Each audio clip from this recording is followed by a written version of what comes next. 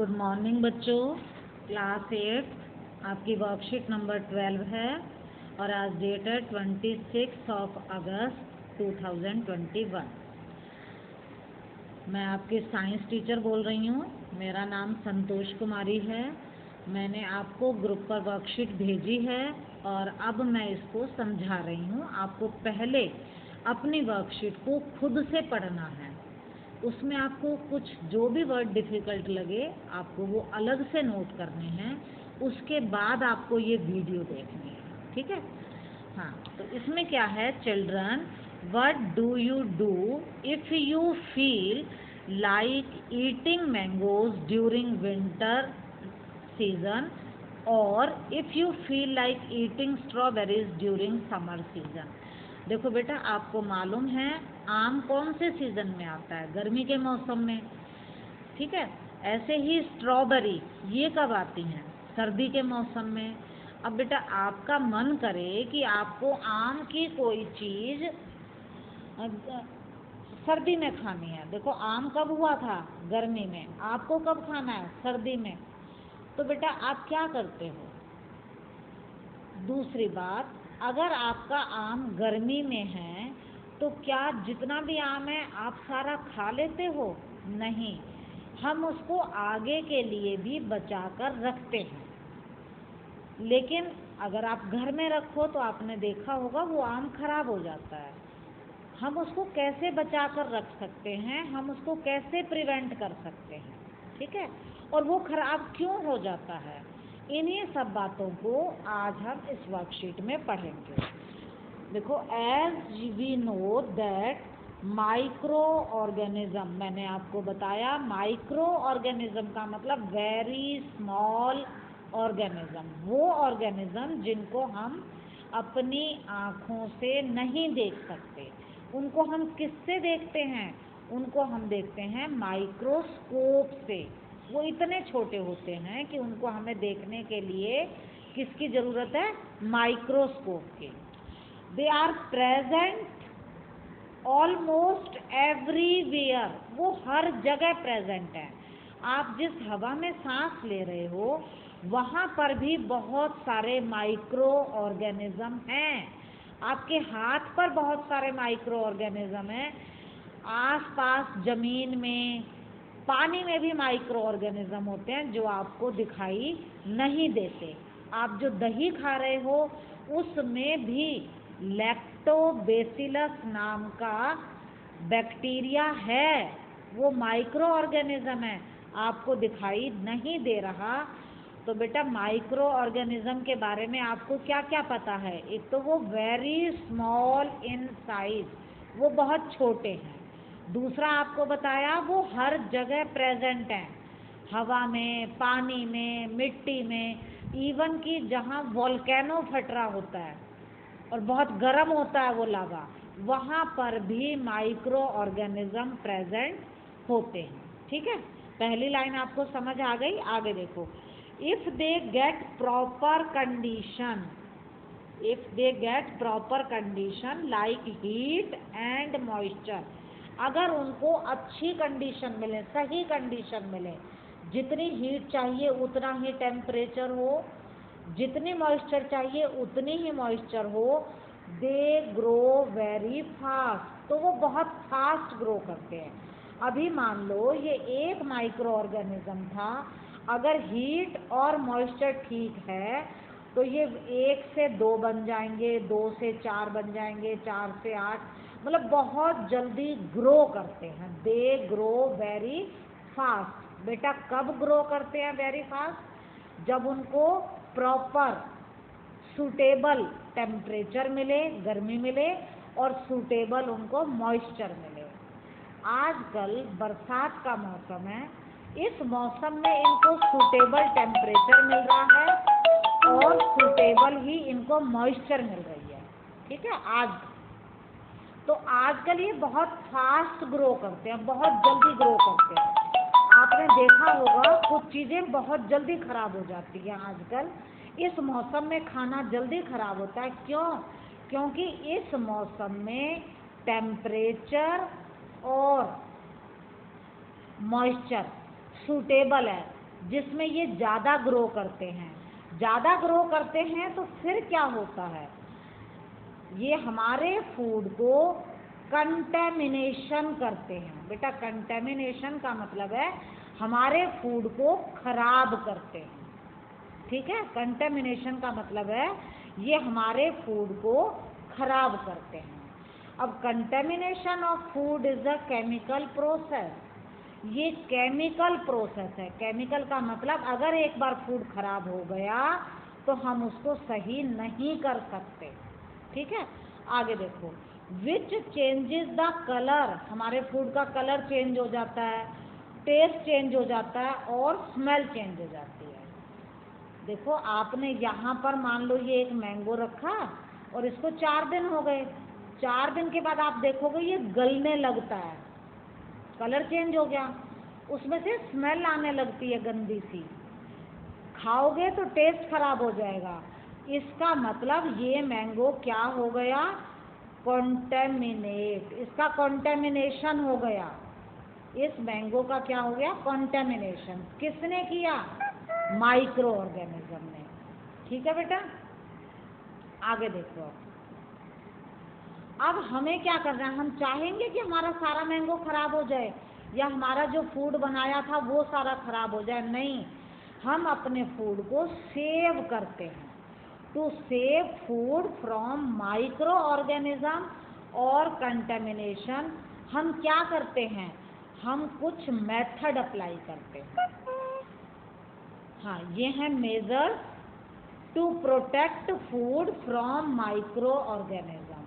अब वो मेजर्स मतलब फूड को प्रिजर्व करने के लिए, बचाने के लिए, जिससे हमारा फूड वेस्ट ना जाए, खराब ना जाए, उसके लिए हम कुछ मेथड यूज़ करते हैं।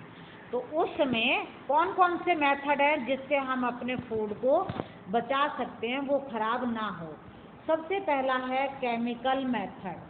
हम फूड के अंदर सोडियम बेंजोएट या सोडियम मेटाबाइसल्फाइड डाल दें तो हम अपने फूड को खराब होने से बचा सकते हैं।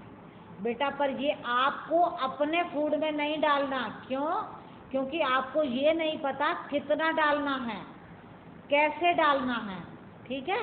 लेकिन जो हमारे बहुत बड़े बड़े गोडाउन हैं, जहाँ पर बड़ी बड़ी कंपनी हैं, वहाँ पर फूड को कंटेमिनेशन से बचाने के लिए हम क्या डालते हैं, सोडियम बेंजोएट या सोडियम मेटाबाइसल्फाइड, ठीक है।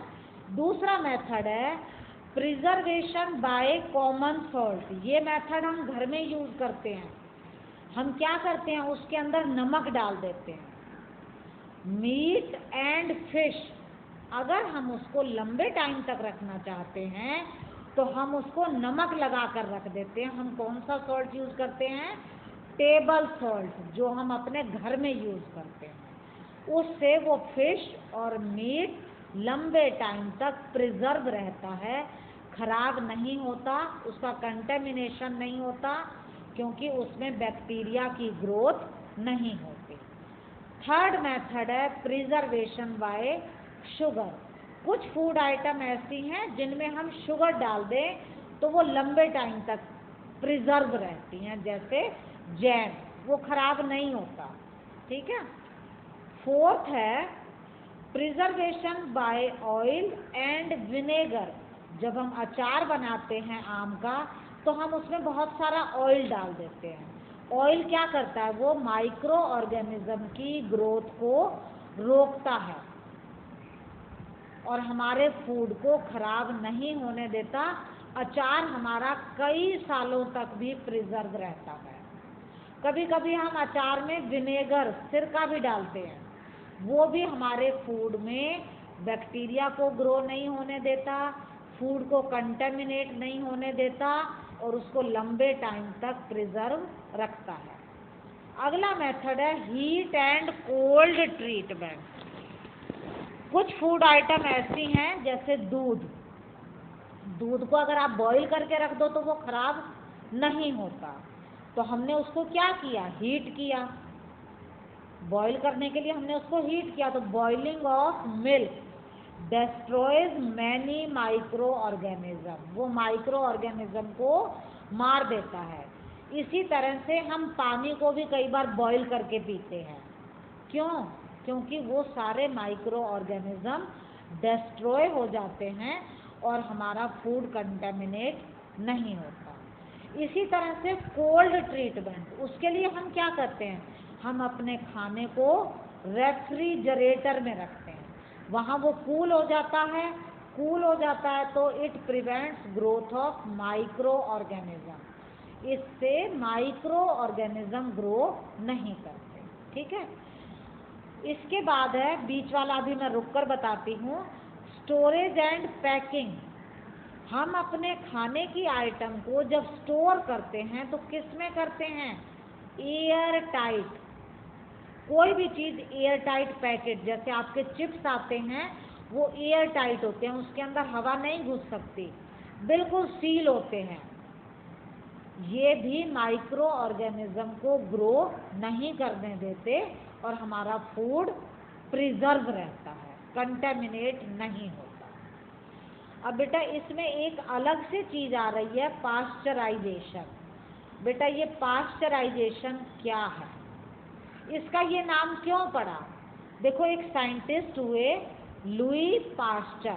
साइंटिस्ट का नाम मैंने क्या बताया, लुई पास्चर। उन्होंने एक डिस्कवरी की, खोज की।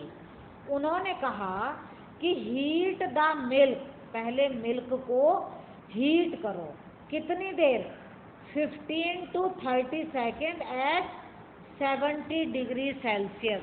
मतलब दूध को इतना गर्म करो कि उसका टेम्परेचर हो जाए 70 डिग्री सेल्सियस। कितनी देर तक गर्म करो? 15 to 30 सेकेंड। और फिर उसको एकदम कूल कर दो, उबलते हुए दूध को एकदम से सडनली कूल कर दो। और किस में भर दो? बैग में, जो आपके घरों में दूध के पाउच आते हैं। ठीक है। पहले आपने उसको 70 डिग्री सेल्सियस पर बॉईल किया, कितनी देर? 15 to 30 सेकेंड। और फिर एकदम उसको क्या कर दिया? कूल कर दिया, रेफ्रिजरेटर में रख दिया और तुरंत किस में पैक कर दिया? पाउच के अंदर। इससे क्या होगा बेटा?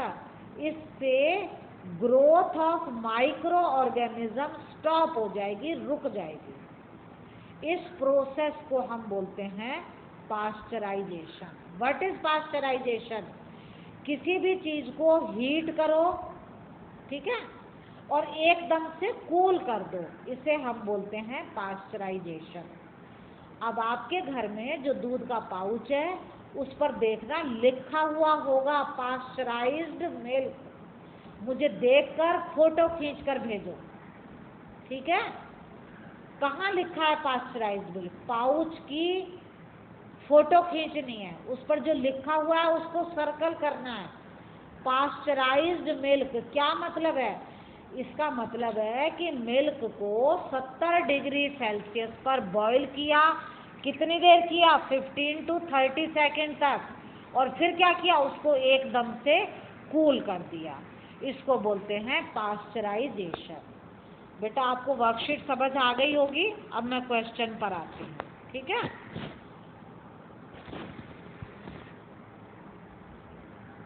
सबसे फर्स्ट क्वेश्चन आप पढ़ोगे तो वो है नेम एनी 2 केमिकल प्रिजर्वेटिव। आपको कोई 2 केमिकल प्रिजर्वेटिव जो आपके फूड को प्रिजर्व रखते हैं, खराब नहीं होने देते, प्रोटेक्ट करते हैं कि उस पर कंटेमिनेशन ना हो, तो बेटा कौन से 2 हैं? देखो जरा, sodium benzoate and sodium metabisulphide. ये 2 प्रिजर्वेटिव हैं जो आपके फूड को कंटेमिनेट नहीं होने देते। अब हम आते हैं क्वेश्चन नंबर 2 पर। Describe any 4 methods of food preservation. आपको फूड प्रिजर्वेशन के 4 मेथड बताते हैं। कौन कौन से 4 मेथड हैं? देखो, नंबर 1 केमिकल मेथड, ठीक है, ये वाला number 1 chemical method. Number 2 preservation by common salt, number 3 preservation by sugar and number 4 preservation by oil and vinegar. Number 5 heat and cold treatment. बेटा आपको 4 ही लिखने थे, मैंने आपको 5 बता दिए।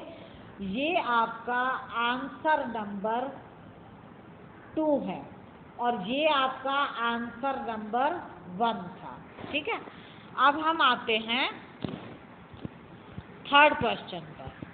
थर्ड क्वेश्चन है why is more oil and salt added to the pickle. अचार में आप ऑयल और सॉल्ट ज्यादा डालते हो, बेटा क्यों डालते हो? क्या करता है ये? यहां से आएगा use of oil and vinegar prevents spoilage of pickles because bacteria can not live in such environment. जब हम ऑयल और शुगर डालते हैं तो ये आपके पिकल को खराब नहीं होने देता, ठीक है, क्योंकि उसमें बैक्टीरिया ग्रो नहीं करते। Question number 4, name any 4 things, आपको 4 चीजें बतानी हैं मेड फ्रॉम मैंगो, जो आप मैंगो से बनाते हो, जो प्रिजर्व करने के लिए कि मैंगो खराब ना हो। देखो मैंगो खराब होने से बचाने के लिए एक तो हम जैम बना सकते हैं, अचार पिकल बना सकते हैं, फ्रूटी बना सकते हैं, मैंगो जूस बना के रख सकते हैं। तो 4 चीजें हो गई आपकी। ठीक है बेटा, आपकी वर्कशीट हो गई है, आप इसे जल्दी से करो और फिर भेजो मेरे पास। अगर आपका कोई डाउट है तो जरूर पूछो।